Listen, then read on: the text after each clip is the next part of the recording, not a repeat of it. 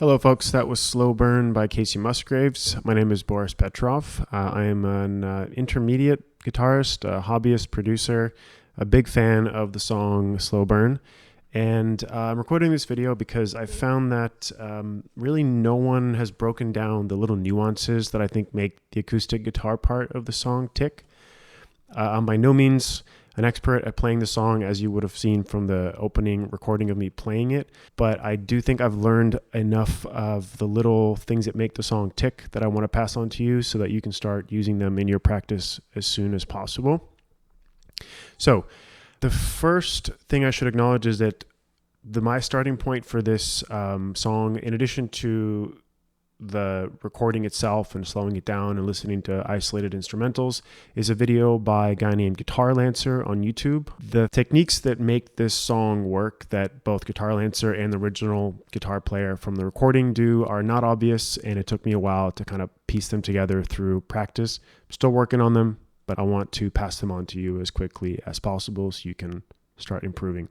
For the chords and for the basic explanation of how this song works from a music theory perspective, check out Guitar Lancer's videos. But suffice to say, we're going to be using the 7th fret capo version of the song, not the open chord version that Kacey plays when she does it alone. And the chords are basically this C shape, but kind of a D shape, this A minor 7th, this C, and this is actually kind of a G without a root. But I'm not playing anything other than my middle finger on this 2nd fret here of the 5th string. So the most important thing, the fundamental thing that I needed to get through my head and that I'm still working on, is that this song needs to have a consistent, non-stop brushing of the fingertips against the strings. It has to have a constant locomotion.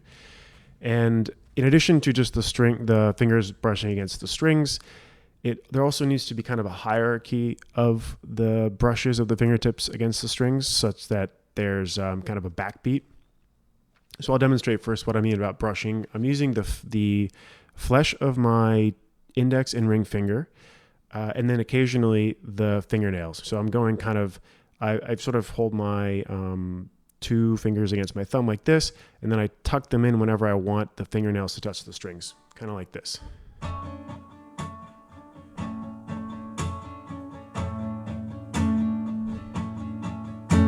So you'll hear that I'm doing 1 E and a 2 E and a 1 E and a 2 E, and that 2 is extra accented. That's where I tuck my fingers in, I let my fingernails hit, and it's a pretty common technique that you might hear in other songs, but I think the exceptional thing in this song is that you really can't miss a single 8th note of finger brushing against strings, or else the song kind of loses its motion. So you want to be almost not letting your fingers lift up from the strings, just consistently brushing, as opposed to a normal string where you might go like,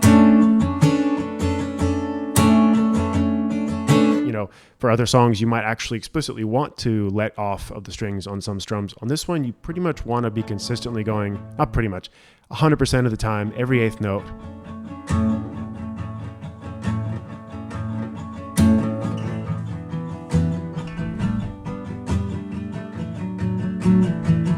And this is especially important if you're playing the song alone. If you had a drummer or like someone playing a shaker or another guitar playing, maybe every 8th note would be filled by some percussive element anyway. But if you're playing alone, which is what this video is primarily for, you want to keep the up and down motion and the fingers brushing against the strings nonstop. Also, I think Guitar Lancer mentions this as well, but this song works way better with fingers. So don't even try a pick. Unless you have a really thin pick, but then you might get too much click.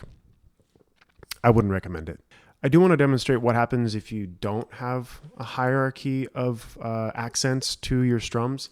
And this is what I do when I'm not really warmed up. And as I said, I'm still improving with the song, so I still fall into this bad habit. But if you don't do the accented kind of 2 there, you end up with just a kind of a jumble of scratchiness and not enough rhythmic movement to the song. It just doesn't sound like the recording. So here's what it might sound like if you're not paying attention and you're not doing the accent.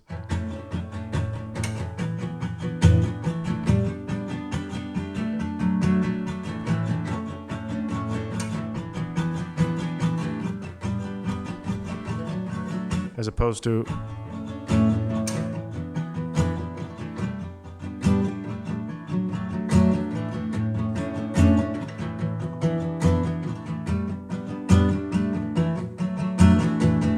still not perfect, but much better. As I was playing that, I also realized that something else that helps it sound like the recording is to, roughly speaking, hit the thicker strings on the initial couple strokes and then move to the middle and bottom and higher strings as you move through the bar. So at the beginning of the bar, it's, and then it's,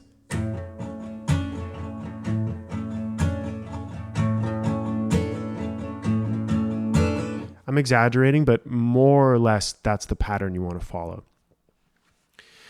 Moving on, to help you with the locomotion and the consistency of the strums and to not miss a strum, I would recommend less up and down motion of the whole arm, which I actually just was doing, so I'm making this mistake still, and more of this kind of circular motion with the wrist.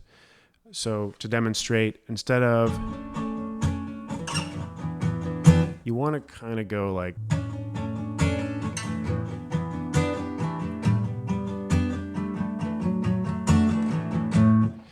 I find that what that does is it helps you keep track of where you are in the kind of vertically in the strings so that you can more consistently focus on the part of the string range that you want. So if you want to mostly be focusing on the low strings during, say, a quieter part of the song, like verse 1, chorus 1, and then focus on the higher strings later on as the song progresses, it's easier to do that if your hand is mainly more or less planted in one place vertically, but it's just rotating, because then you can kind of just shift it down and keep rotating there instead of always going through the full range of all the strings and then trying to sort of skip over the ones you don't want to hit, if that makes sense.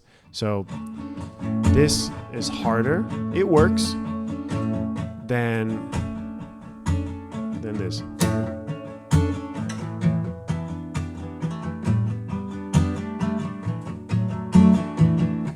And maybe this is more of like a visualization exercise and like something that helps you to get subtly closer to the sound than it is really a physical phenomenon. Like maybe it wasn't obvious from the camera that is what I was doing, like the rotation thing. It helps me. Maybe it'll help you.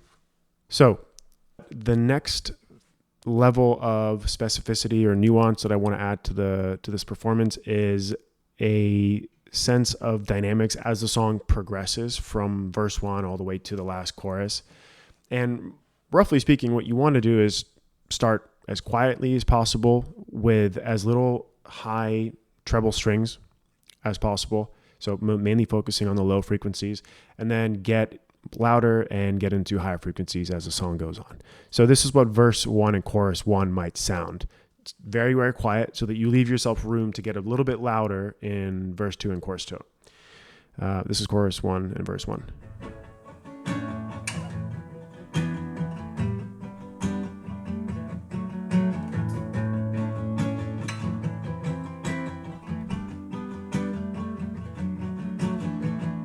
It's almost too quiet. It's quieter than the recording, but I think the reason I'd recommend that is because in the recording, the guitar has other instruments that get layered on top of it, and they're the thing that amp up the energy of the song. If you're playing by yourself, you only have your one guitar to elevate, to take the song to another level. And there's only so much you can do on a guitar besides getting louder and playing the higher strings to sort of escalate things. So I recommend starting even quieter than the actual recording sounds at the beginning. And then as you reach verse 2 and chorus 2, instead of playing this very hushed thing, you might do something like this.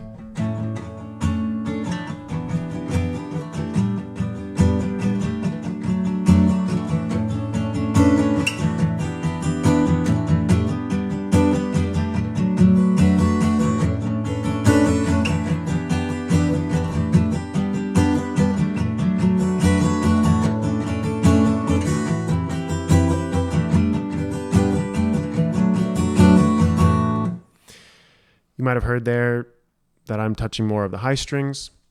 It makes the song sparkle a little more. It introduces different notes, literally, that aren't in the low strings. It introduces more of that suspended note that is in this beautiful chord voicing. I'm not going to get into theory, but suffice to say, in chorus 2, verse 2, you want to be hitting more of the high notes and going a little bit harder with your strums. So now we're getting super, super niche. This is a small detail that I noticed about the bridge. The bridge is the part where Kacey oohs and ahs, and then an orchestra joins her. And at some point, what I noticed is that there is a petal tone, meaning a single note that plays throughout the whole 4 chords, which is a distinctive part of the bridge. I really like bridges, so I like to be faithful to them. And I found that there's actually a really easy way to stay faithful to that part of the bridge with just the single acoustic guitar. And that is by focusing on this low open string as you're cycling through all 4 chords. So instead of muting the string, which I do on anything other than this first chord, I'm mostly muting. For this part in the bridge, you want to explicitly not mute that string. So here's how that sounds. And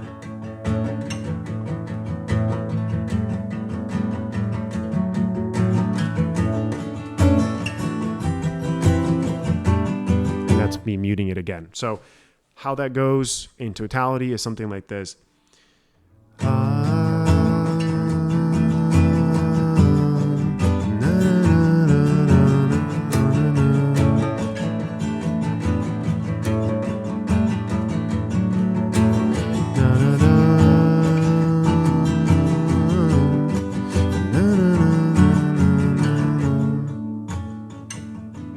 And then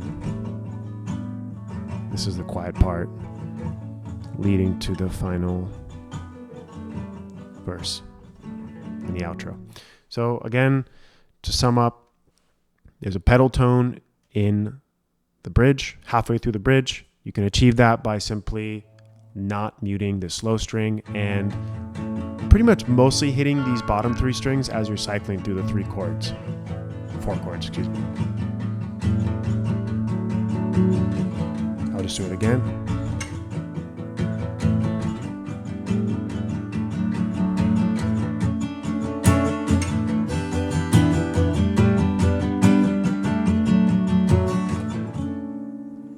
Typically, when you're transitioning between chords, you don't really want to be hitting the open strings so much in between chords. You kind of want to, as quickly as possible, get to the next chord. But in slow burn, hitting the open strings is actually a feature of the recording. What I mean by that is, for example, if you're going from the D chord to the A minor 7, you want to have actually, maybe it's a 1 up strum or a down strum and an up strum that's just open strings like this. So basically it's an up strum.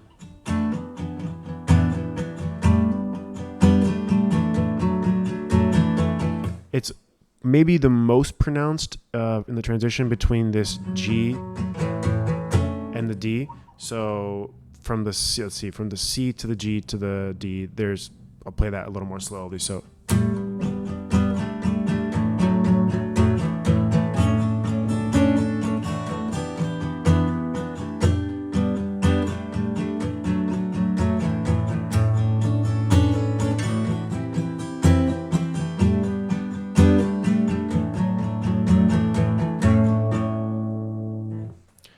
So the open strings are actually an important part of the song, so do play them, especially in the transition between the G and the D. Well, that's about all I have on Slow Burn for now. I'm still working on it. I hope that with this knowledge, you all will also be excited to try to mimic as closely as possible how this song sounds on the recording. For extra help, again, I recommend checking out Guitar Lancer's videos. He has a short and a long. The short is more like an up close of how his strumming hand works, and the longer video gets into the chords and the voicings and even some of the music theory. I also recommend looking up the instrumental of Slow Burn on YouTube and just slowing it down to like half speed or 3/4 speed and playing just the first couple of go-arounds of the guitar pattern before Kacey starts singing. It's like the perfect audio tutorial of how the song should sound, and it helps you get things like it helps you to know which strings to accent, to focus on as you're trying to kind of navigate, not strumming all the strings, but just hitting certain ones, especially that part. So listen to that, and hopefully you'll enjoy improving at the song as I am, and maybe I'll post an update video of myself actually playing it well. But for now, that's all I got. Happy practicing.